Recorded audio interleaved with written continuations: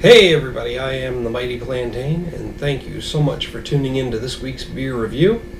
Speaking of which, make sure you hit me up down below with a like and a share, because as much as I enjoy your attention and appreciate the fact that you're tuning in every week, gotta get the word out if I'm gonna quit my day job.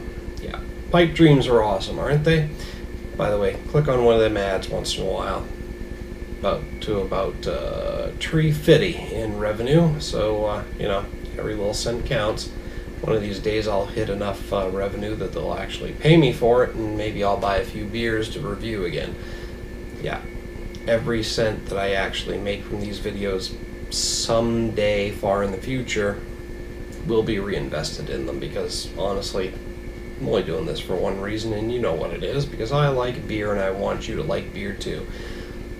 Enough about that. Make sure to subscribe down below as well, and you'll get a notification every time I post a new video. Today we are looking at Root of All Evil. It's a black ale from Two Roads Brewing. Not really familiar with this company. They've got an interesting logo on the back of their bottle though.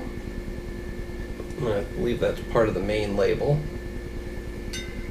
No, that's actually a completely separate label, so they're really invested in that logo. And a black ale. Promises to be dark and ale-like. Not that that means anything, because ales can take on a variety of characteristics, but a dark beer, especially when they use the word black to describe it, is all to my liking. Whew. And that is very dark. Very, very dark. Oop, slow down there. It's characterized as a black ale, but it almost performs like a stout when pouring it. That is a very nice, thick, creamy head. The beer itself poured slowly and has a very dark color to it, as well as that dark brownness to the head. Like I said, reminds me more of a stout than a black ale. I've had a few black ales.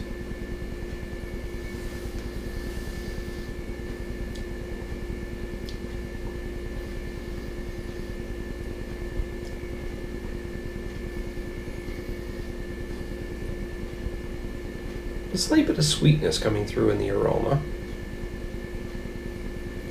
Not much other than that. Just a little bit of sweetness and just an overall grainy smell, but not a lot, and there's very little aroma there.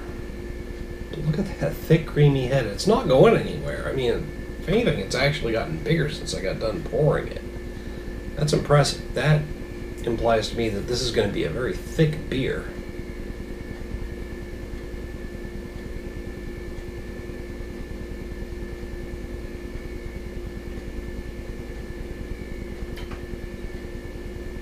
Once you get past the actual foam, it's not as thick as I would have thought based on the head on that beer, which is still not going down, so something weird's going on there.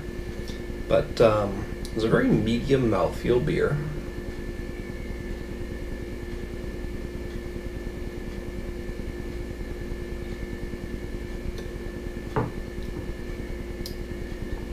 Hits me up front with a lot of bitterness, overall hop bitterness.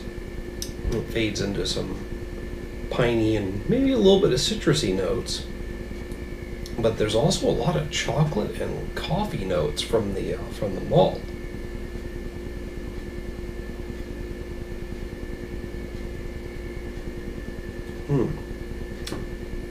This is actually combining the best of both worlds for me. It's very hoppy, but it's also got a great malt characteristic. With a medium mouthfeel, putting it somewhere in between the two worlds of a nice stout and porter versus a hoppy IPA. It's not quite following along with the black IPAs I've had. It exists somewhere on that level, but again, between the IPAs and the stouts and porters, I'm not sure really how to characterize this one, except to say that it is delicious and it's very complex. Honestly, I gotta give this a 4.5 out of 5 because of the complexity and the different flavors that are evolving in the beer. It's very interesting, but it's not quite blowing me away where I'd give it to the 5 out of 5, but a 4.5, very solidly, because of how different it is and how it's just playing havoc upon my tongue, honestly. My palate is dancing, and I don't run into that very often.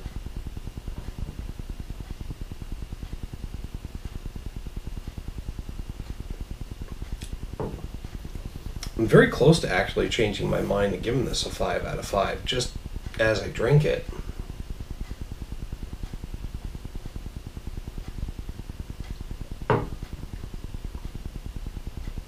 Honestly, I think I am going to do that. I'm going to jump this up to a 5 out of 5.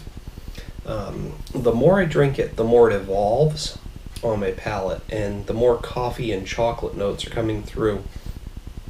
But that piney and citrusy hop taste is still up front.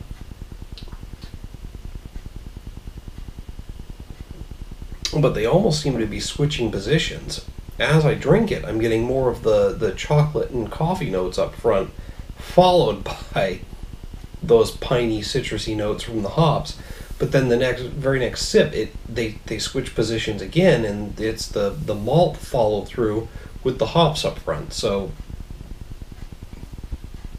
it's literally dancing on my tongue.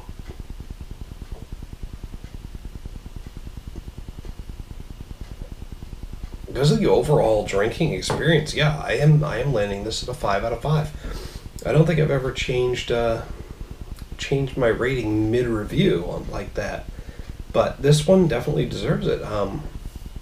You should check it out. It's Root of All Evil from Two Roads Brewing. Um, yeah, hit this bad boy up. Tell me what you think. Hit me up down in the comments and the email link below. Let me know if you found a similar experience. If your experience was different, I want to hear about that too. Till next time, folks. Cheers.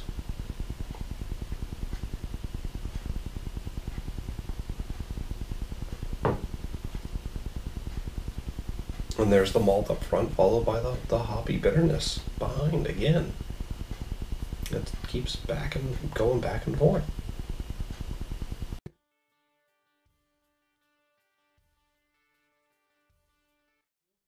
Now, a little while back, we did a bit of a comparison with the Not Your Father's Hard Root Beer review. Thanks for having me. Well, thanks for the beer, man.